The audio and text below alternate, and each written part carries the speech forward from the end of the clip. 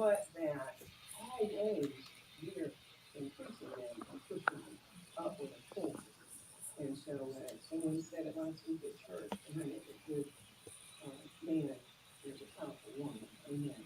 And so all of that, nurturing, being compassionate, we see it hard, we see a sister going downhill, and most of us, we pray about how we can get involved and how we can go in. And sometimes we wag our fingers. So now you know that ain't right. And so we have all of those attributes. And like I said, I was just pleasantly surprised to know that, this is a theoretical construct. You would get a lot. And I was able to have my facility on Tammy support. There was no judgment. There was no, this is a representation of you. It was an uplifting company. So I thank her for that. And I thank our entire leadership. In my leadership role, I found strength and nurturation in your blood. You have the beginning of humankind. It resonates with who you are as a Black woman. So I usually think about all of our wonderful biblical attributes. And you think about Ruth, you think about Naomi and all that she lost. You think about Sarah. You think about her trying to help God out and saying, okay, I think my womb is dead. You can take her, Abraham, y'all go, let's make another child. We sometimes get in our own way as Black women too, as women, period. So because you're here, you are strong. Happy Saturday, everybody. Welcome to episode 124 of the Real Academy, brought to you this morning by Create and Educate LLC with the Leadership DoctHers. I'm Dr. Tammy Taylor with my trustmate in education, Dr. Sheka Houston, and I'm so thankful that you've chosen to spend some time with us this morning.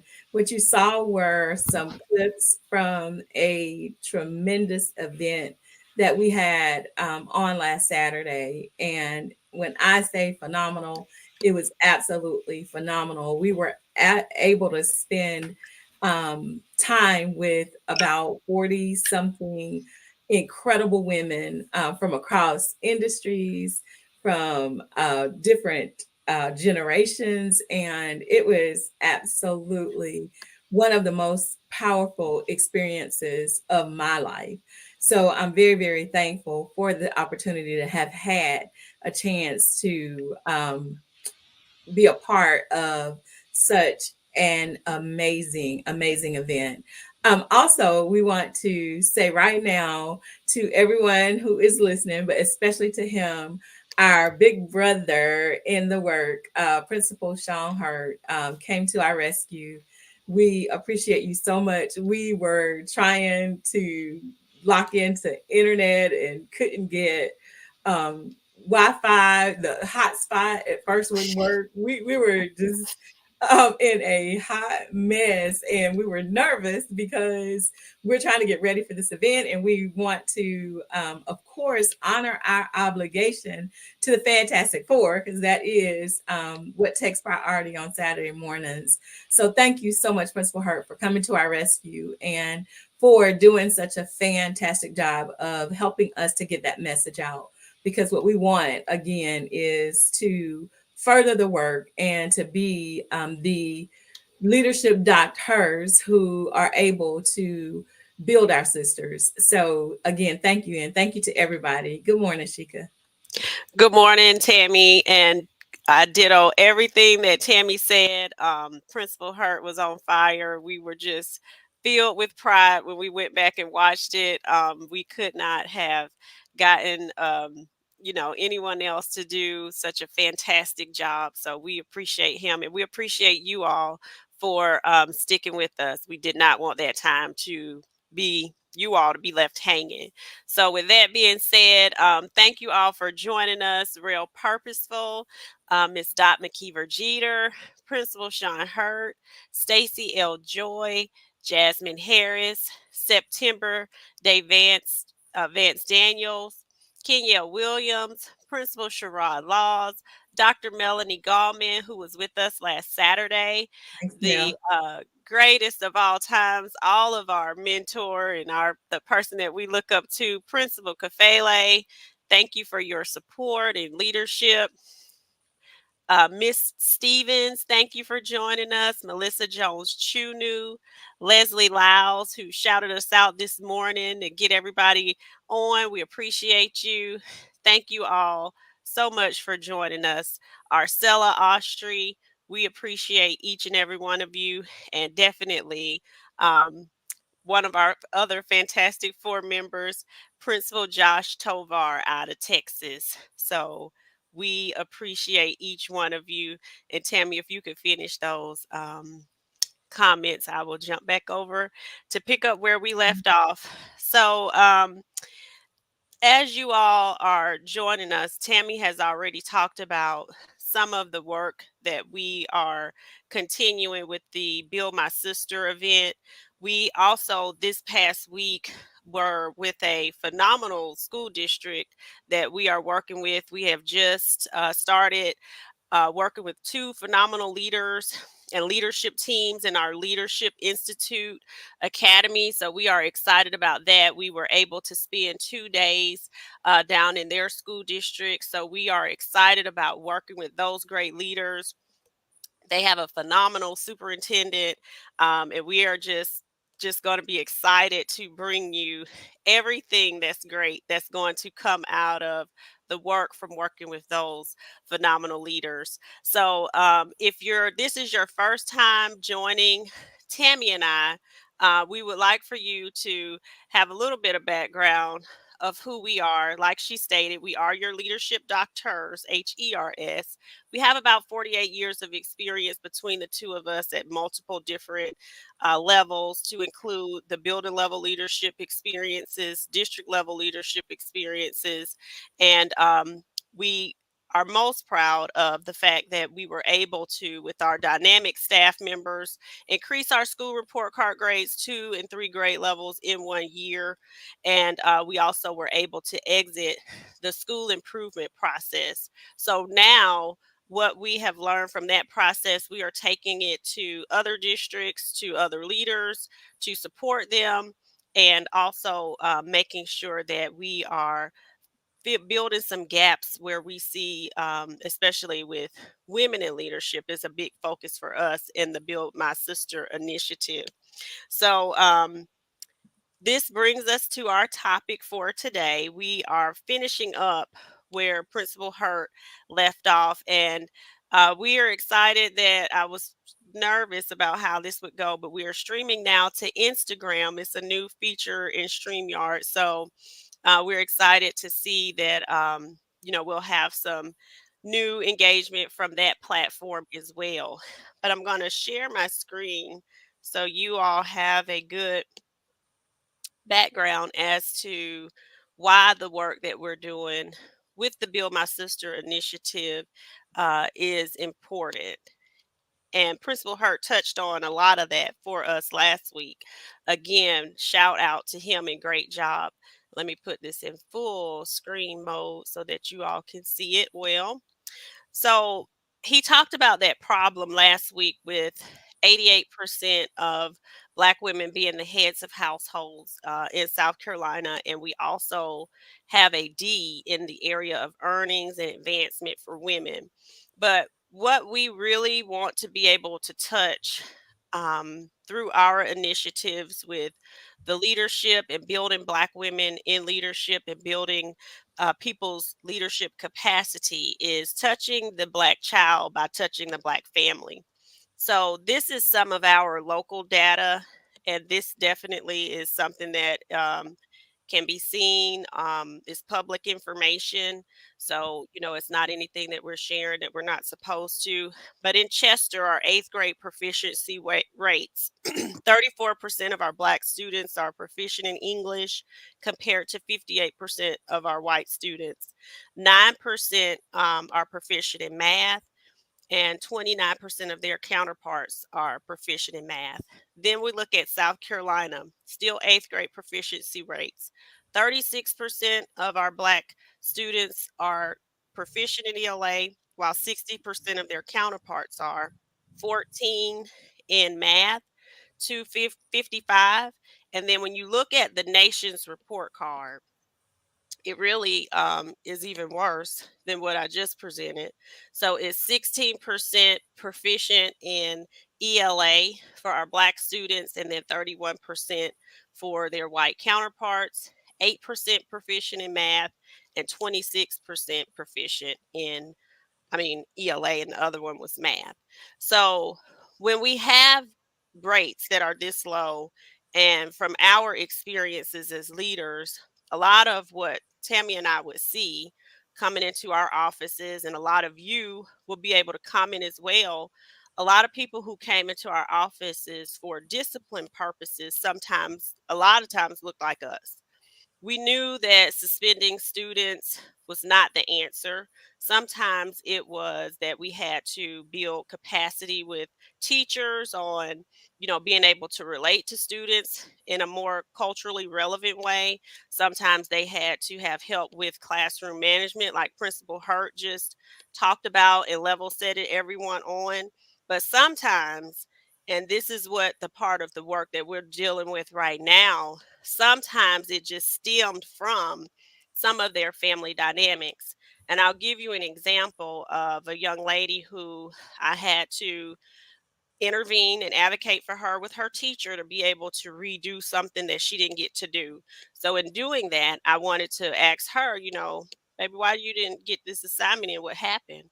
Well, she was at home taking care of her siblings because her mom, who was the head of her household, worked. So she's at home instead of being able to be able to do a child something in a child's frame of reference. She's giving baths to siblings, she's fixing dinner for siblings, she's helping siblings with homework. And the brother of the mom who was left in charge of the children um, was making noise with his friends, and they were out and doing certain things. So she didn't have any help, and in the seventh grade she was trying to do all of this by herself. So she missed something. So, in order to be able to touch children that are in these types of situations, we've got to be able to level up the Black family. And we are doing that through building our sisters through this program, Build My Sister, this initiative. So that's just one example. And, there's several others that I'm sure that you all could speak to as well. But Tammy, did you want to talk about the awareness too, when we're talking with the corporations, of them not even knowing about that wage gap and the disparities that exist? Yeah, but before we move on, because honestly, the premise of the work that we do, it makes you feel overwhelmed Hmm. because it's such a dismal picture, or it looks to be such a dismal picture when we look at those rates that you just saw. It's very disheartening, but what it does for some of us is it emboldens us to say, this cannot be the way that things go down. And we're going to have to figure out how to level the playing field. And I know that most of us have seen the work that Principal Kafele he's done on that opportunity gap that is there. What we have to do is we have to start providing experiences for the Black family, the Black student, the Black parent, to help them to close some of these gaps that don't have our children on a level playing field. And I know that sounds very ridiculous in 2023, but the reality is the reality. And what we have to do is be willing to be real and face it. So when we begin to address these issues and we put systems in place that can help, like last Saturday was the beginning of some discussions for us that Hmm. can help to change the trajectory of what we are calling the Africana family, because what we want to see, as Sheka said, in the end all be all, is for our children to be successful. And when I say our children, I'm talking about our children across the board. And that means we're going to have to, I think it was Stacy who said, the curriculum is failing. Yes, the Mm-hmm. curriculum is failing because guess what? It doesn't mean a thing to some of them. Mm-hmm. We've got to start to sort through and figure this out. And that's the mission that we're on. Now, while we're doing that, we also, and this is a second problem that Sheka was talking about, because there are so many more. This is just in a nutshell, some of the things that we wanted to share this morning for why this work is so crucial. Because 88% of women we've already heard are the heads of their households. That's a really big deal, because you have to be able to take care of your family if you're the one responsible for breadwinning. That's what they used to say when I was a little girl. My mom was a single mother and she had to work to take care of keeping that household running. So what we have to do is pay attention to what we are seeing in these homes, because there is a strong correlation between the socioeconomic status of students and their achievement. Now, are there exceptions to the rule? Every single time. Mm-hmm. But the correlation is there, and we have to be willing to face that. Workers of color are overrepresented in entry level positions. That's just the bottom line. We are not represented in middle management and upper level management the way we are in those entry level positions. It's, statistics say that white women hold 27% of managerial positions in businesses versus 12% of women of color who are in those management positions. And then in South Carolina, this is just mind blowing, but Black women earn almost 10 grand less on average than their white counterparts. Come on now. We're looking at things, and we're looking at these disparities that impact our children. Exactly. And so many times we've been told, well, just focus on the things that you can control. Well, guess what? Somebody can control this wage gap. Someone can control the disparities, and we want to make sure that in some cases we know that they're intentional, but where there is no awareness, no one will be able to have that excuse anymore based off what we plan to do in our area and what we plan to equip other people to do to take this work out to other areas to impact Black families. Because if we don't do it from this angle, we're going to continue to shoot ourselves in the foot, and our children will not have the opportunities that they deserve. And with that data, we definitely don't believe that this is based on something as far as what Black children can do. They can perform.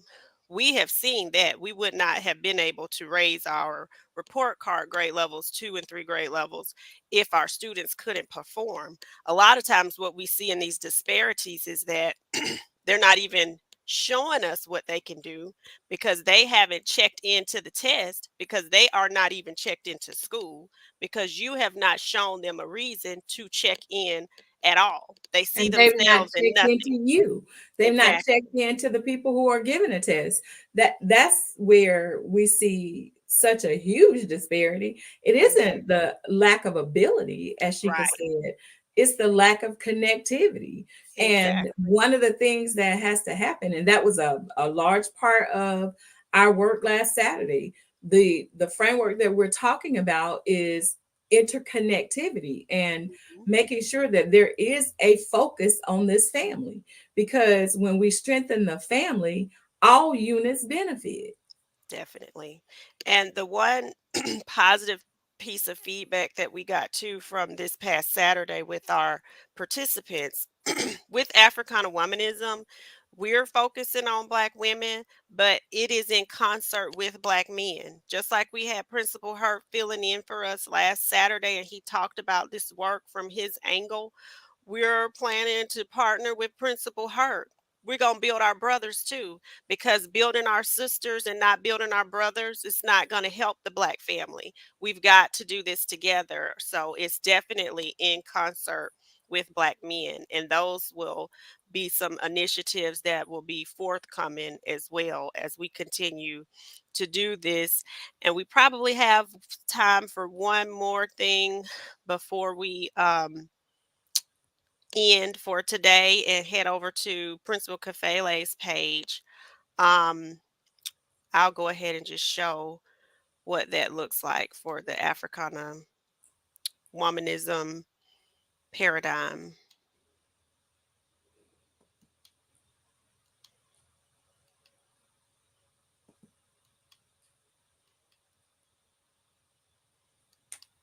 It went backwards. There we go.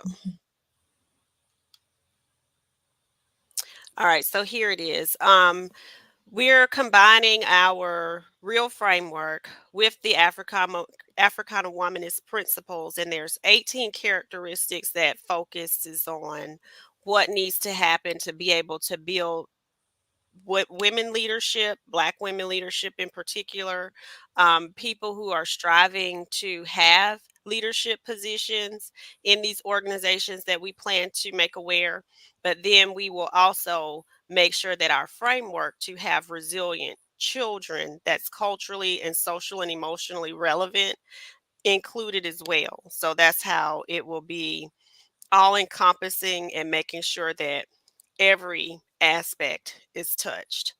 So we only have a minute left. We will continue this. This will be a series for us. And we are part of the Fantastic Four. So we appreciate you all tuning in to Principal Hurt this morning, tuning in to us at 10:30. And we will now head over to Principal Kafele's page. He has a phenomenal guest for today. And also on Sundays with Josh and Dean for Unlock the Middle. So thank you all for joining us. Thanks, guys.